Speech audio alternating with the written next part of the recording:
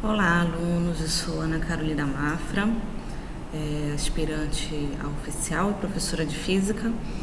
E na aula de hoje, falando sobre a questão de movimento, a gente vai trabalhar um pouquinho sobre o assunto de colisões. As colisões, elas acontecem entre dois corpos ou mais, onde esses corpos eles vão agir exercendo força um sobre o outro num curto intervalo de tempo. E qual que é a importância do estudo das colisões? Que quando eu tenho uma colisão acontecendo, a partir dos dados de um corpo, eu posso obter informações sobre o outro com o qual ele colidiu. E isso vai acontecer nas interações intermoleculares. A gente vai ter observação desse tipo em colisões de automóveis ou até na macroescala, né, nos corpos celestes. Então, falando aqui, né, quando eu vejo uma situação dessa aqui acontecendo, onde dois corpos vão se encontrar, o que pode acontecer, né, a partir de uma situação dessa?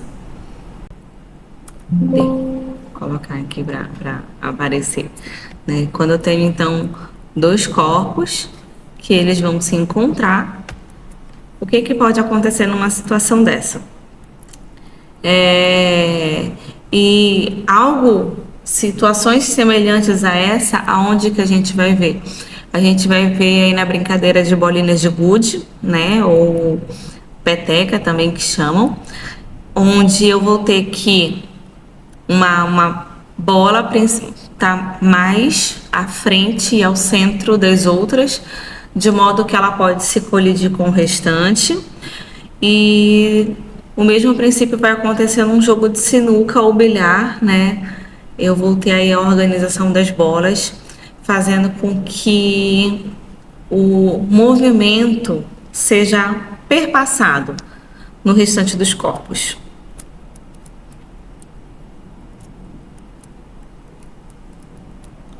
Então, né, antes de tudo, a gente vai pensar e lembrar do princípio da conservação da quantidade de movimento. Então, se eu tenho um sistema que ele está isolado de forças externas, a resultante dessas forças é nula, ele está isolado das forças externas, então a força resultante vai ser nula, e também o seu impulso. Assim, a quantidade de movimento de um sistema de corpos isolados de forças externas é constante, né? Então, eu vou levar em consideração apenas dois corpos que eu estou analisando, ou três corpos que eu estou analisando, e vou ver que a quantidade de movimento entre esses corpos vai se conservar. Eu não vou levar em consideração nenhuma outra força, tá? Porque, a princípio, eu estou partindo do princípio de que eles estão isolados de forças externas. E aí, então, lembrando lá de impulso, né? Impulso, ele vai ser a variação da quantidade de movimento. E a outra forma de definir impulso também vai ser a força vezes o intervalo de tempo, né? Então, se eu digo que o meu sistema, que ele está isolado de forças externas, ele vai ter, então, como resultante dessas forças externas, uma força zero, consequentemente, também o impulso vai ser zero, né? Logo, eu vou ter que essa variação da quantidade de movimento, ela vai ser nula, tá? Então, se eu tenho essa variação da quantidade de movimento nula, né, eu vou ter zero igual a Q, quantidade de movimento final menos a quantidade de movimento inicial, eu posso igualar uma outra, de tal forma que eu vou dizer que a quantidade de movimento vai se conservar numa situação dessa. Se conserva como? Eu vou ter então que a quantidade de movimento final vai ser igual à quantidade de movimento inicial. E aí aqui, né, só para a gente se situar, QF vai ser a minha quantidade de movimento final do sistema e QI vai ser a quantidade de movimento inicial no sistema. A gente vai lembrar também que a quantidade de movimento é uma grandeza vetorial, né? Portanto, para determiná-la é necessário conhecer a intensidade, a direção e o vetor dela. Então, chamamos de colisões ou choques mecânicos entre dois corpos, o resultado da interação entre esses corpos. Interação essa quase sempre rápida e violenta. Como eu falei, as colisões elas vão acontecer num curto intervalo de tempo. Como que vai ser essas interações? E o que elas vão provocar? Primeiro, elas podem provocar uma deformação. Eu tenho uma situação dessa, de um corpo com uma massa muito alta, né? Interagindo com o corpo de uma massa bem menor, tá? Então, numa situação dessa,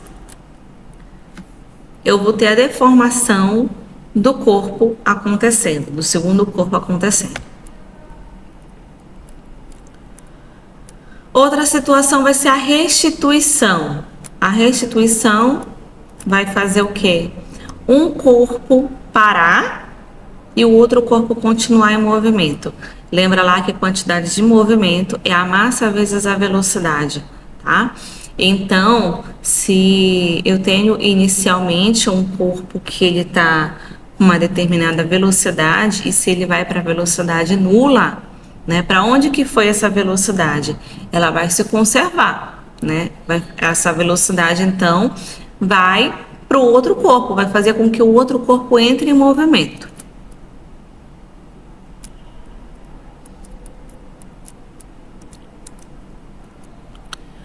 Então, quando ocorre deformação, a energia cinética ela é convertida em energia potencial, que foi o primeiro caso que a gente viu, né?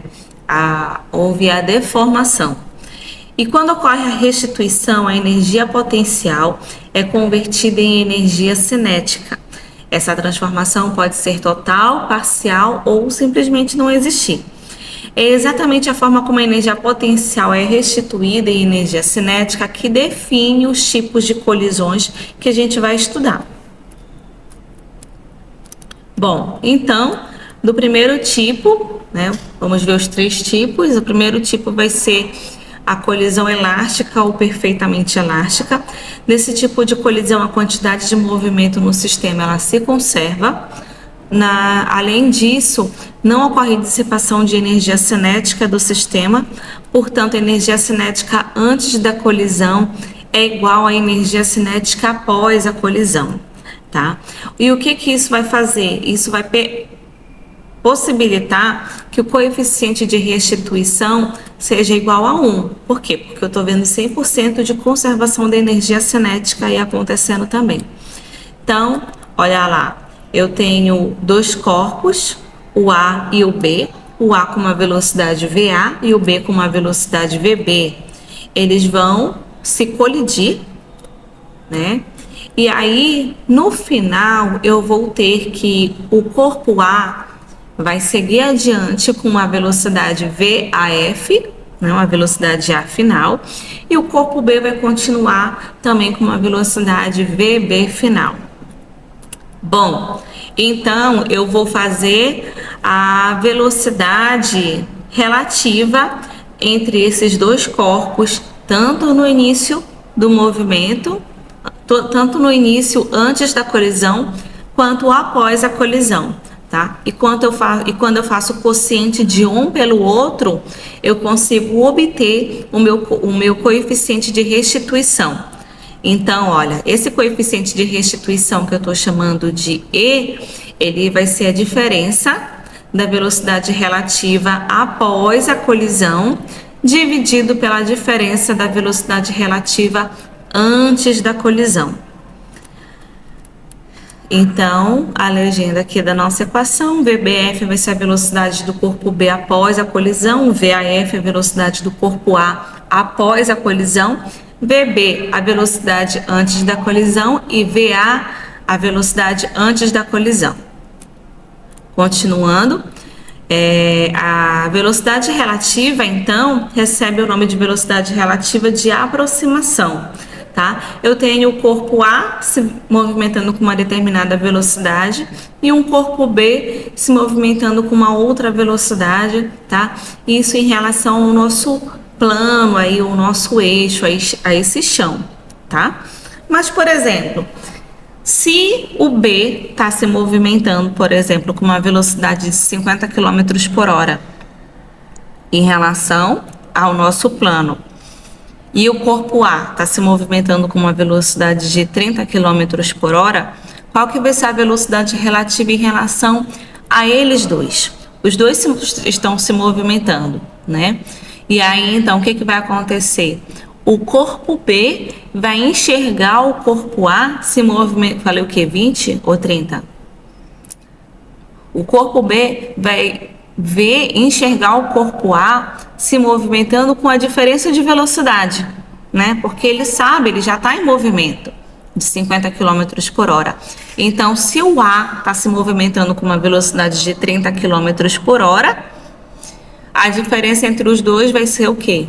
20 km por hora. E aí, então, o corpo B, como se ele tivesse parado, vai enxergar o corpo A andando com uma velocidade de 20 km por hora. Observe que, antes da colisão, a velocidade do corpo A é maior que a velocidade do corpo B, tá? Então, estou fazendo aí VA menos VB. Olha só, vamos aumentar, né? Aumentamos aqui o nosso corpo A, o vetor velocidade dele, tá? Então, o corpo B, apesar de ter saído na frente, ele está com uma velocidade agora menor do que a do corpo A. Nessa situação, então, a gente vai ter agora que a velocidade do corpo B após a colisão menos a velocidade do corpo A após a colisão vai também receber o nome de velocidade relativa de afastamento. Eu vou ver aqui a situação dos dois corpos em movimento e a velocidade com que eles vão estar após a colisão. E posso também obter o valor da velocidade relativa deles. Observe que após a colisão, a velocidade do corpo B é maior que a velocidade do corpo A, tá? Então, aqui a gente aumenta aqui um pouquinho a do corpo B, tá? Houve aí também uma conservação da quantidade de movimento. Então, vamos para um exemplo disso, né? Como que a gente pode ver uma questão desse tipo? A esfera A, de 1 kg, com velocidade escalar de 12 metros por segundo, colide frontalmente com a esfera B, de 2 kg, que se encontra em repouso, ou seja, velocidade zero. Qual será a velocidade escalar da esfera B após a colisão perfeitamente elástica? Então, tenho o corpo A, tenho o corpo B, com uma velocidade nula, os dois vão colidir, e após a colisão, qual que vai ser a velocidade, né, dos dois corpos após a colisão? Resolvendo isso, lembrando também que a quantidade de movimento, ela se conserva, né? Então, a quantidade de movimento inicial vai ser igual à quantidade de movimento após a colisão. E o que é que eu vou ter antes da colisão?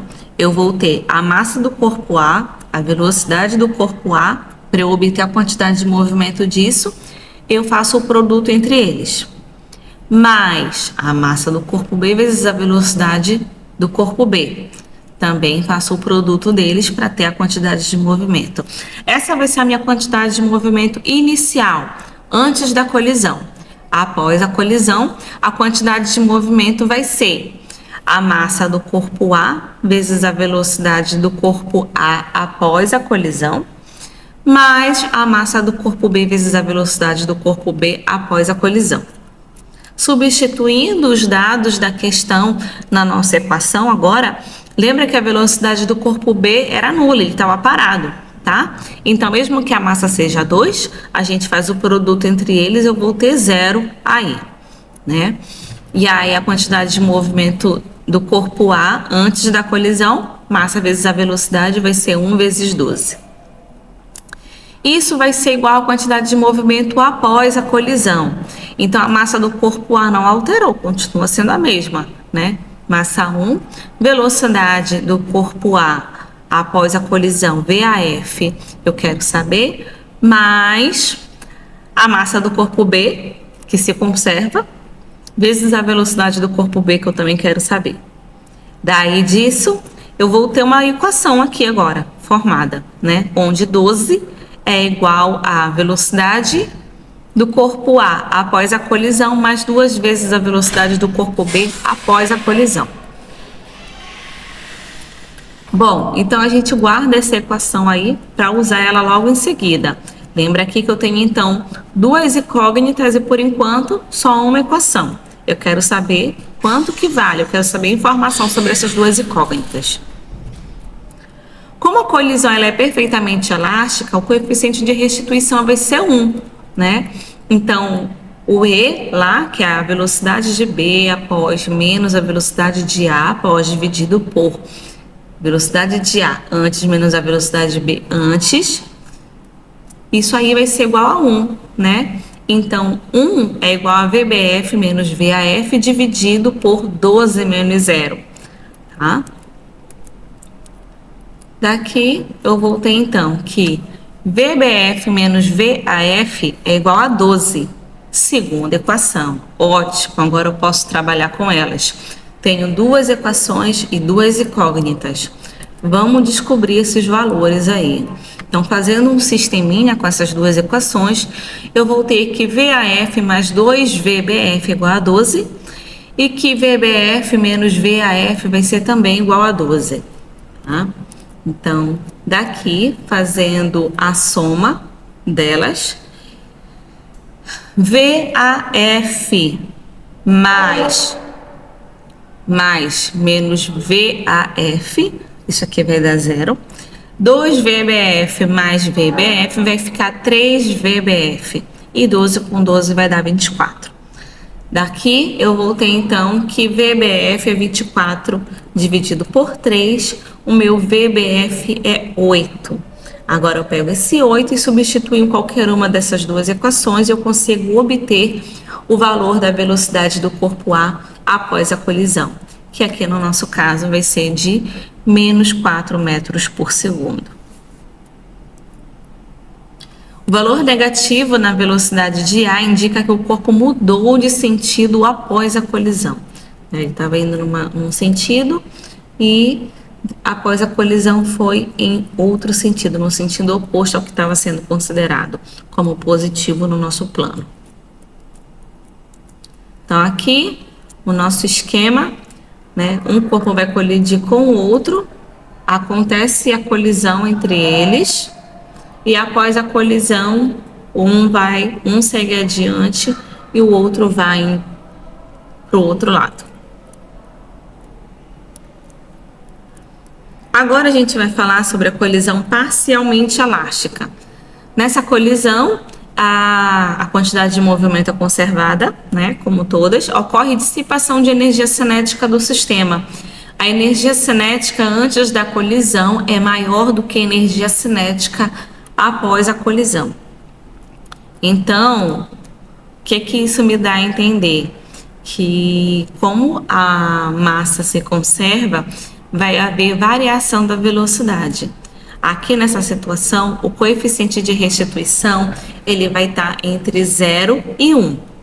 Então, vamos lá para um exemplo. Tenho um corpo X de massa 2 kg, deslocando-se com velocidade de 30 metros por segundo, colidindo frontalmente com o corpo Y de massa 1 kg, que se desloca em sentido contrário com velocidade de 10 metros por segundo. Se o coeficiente de restituição for 0,5, qual é a velocidade do corpo X após a colisão? Então, olha lá, o nosso esquema, um corpo X, um corpo Y, corpo X com 30 metros por segundo, Y com 10 metros por segundo, eles vão se colidir e após a colisão eu vou ter uma determinada velocidade final, tanto no corpo X quanto no corpo Y. Ok, então observe que Y encontra-se no sentido contrário ao de X, logo a quantidade de movimento dele vai ser negativa. Como a quantidade de movimento do sistema se conserva, a gente vai ter que a quantidade de movimento antes da colisão é igual à quantidade de movimento após a colisão. E aí, mantenho a minha equação, né? Quantidade de movimento do corpo X menos do corpo Y é igual à quantidade de movimento do corpo X após a colisão mais a quantidade de movimento do corpo Y após a colisão. Mas, professora, o que foi que aconteceu aqui? Por que que tá QX menos QY e QXF mais QYF, no caso? Tá?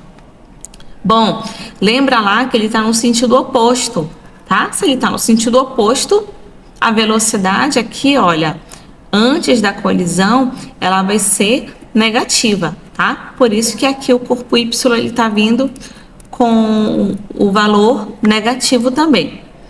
Continuando a nossa resolução, lembrando que quantidade de movimento é massa vezes a velocidade, eu faço isso para todos os corpos antes da colisão e igualo a fazendo a mesma coisa para todos os corpos após a colisão. Substituo os dados da minha equação, da minha questão na minha equação, tá? E eu voltei então, vou chegar nessa equação aqui, que 50 é igual a 2Vx mais 2 velocidade mais VYF. 50 é igual a 2 vezes a velocidade final de x mais a velocidade final de y. Guardamos essa equação. Vamos lá para a equação do coeficiente de restituição. Nessa situação, a gente tem uma colisão que é parcialmente elástica. O nosso coeficiente de restituição está entre 0 e 1 e ele deu aí o valor que é de 0,5. A gente vai pegar essas informações e vai substituir na nossa equação e vai chegar a uma outra equação que vai ser de VXF menos VYF igual a 10, tá? Duas equações, duas incógnitas. Vamos trabalhar com elas, colocá-las aqui no sistema. Vamos fazer a soma também. Então, 2VXF mais 1VXF vai ser 3VXF. E VYF mais menos VYF vai dar 0, né? 50 com 10 vai dar 60. Minha velocidade final do corpo X, então, vai ser de 20 metros por segundo, né? E posso substituir na equação também e achar o valor para o corpo Y. Por último, a gente vai ter a equação inelástica. A equação inelástica, ou também anelástica, vamos ter também a quantidade de movimento se conservando. Aqui eu vou ter dissipação de energia cinética do sistema. A energia cinética antes da colisão é maior do que a energia cinética após a colisão. E o coeficiente de restituição é igual a 0. Após a colisão, os corpos seguem juntos, vão ter velocidades iguais. Olha aí, se colidiram o primeiro com o segundo corpo e após a colisão, eles vão seguir juntinhos, grudados. Como que a gente vai ver uma questão dessa caindo, né? 2 carrinhos de brinquedo de massas 3 e 1 kg colidem frontalmente. Antes do choque, o carrinho mais leve estava em repouso e o mais pesado tinha a velocidade de 20 metros por segundo. Após a colisão, os carrinhos movem-se juntos como se fosse um único corpo. Qual a velocidade final do conjunto após o choque? Então, resolvendo aqui a nossa equação, tem o corpo A com 20 metros por segundo, o corpo B que estava parado e depois os dois vão seguir com a mesma velocidade final. Como a quantidade de movimento do sistema ela vai se conservar, eu igualo essa quantidade de movimento antes da colisão à quantidade de movimento após a colisão. Então, antes da colisão, o que é que eu tenho? Eu tenho a massa de A vezes a velocidade de A, mais a massa de B vezes a velocidade de B. E no final, a massa de A vezes a velocidade de A após a colisão, mais a massa de B vezes a velocidade de B após a colisão. Só que agora, né, os dois corpos eles vão seguir juntos, como se fossem um único corpo, tá? Então, eu vou colocar já aqui, olha, os dois juntos, a massa, e a velocidade vai ser a mesma, tanto para o corpo A quanto para o corpo B após a colisão. Então, substituindo os dados da questão, do enunciado da questão aqui na nossa equação, a gente vai ter que a velocidade de AB é 60 sobre 4, ou seja, 15 metros por segundo. Tá? Após a colisão, quando eles seguirem com a mesma velocidade, a velocidade final deles vai ser de 15 metros por segundo numa situação dessas aqui.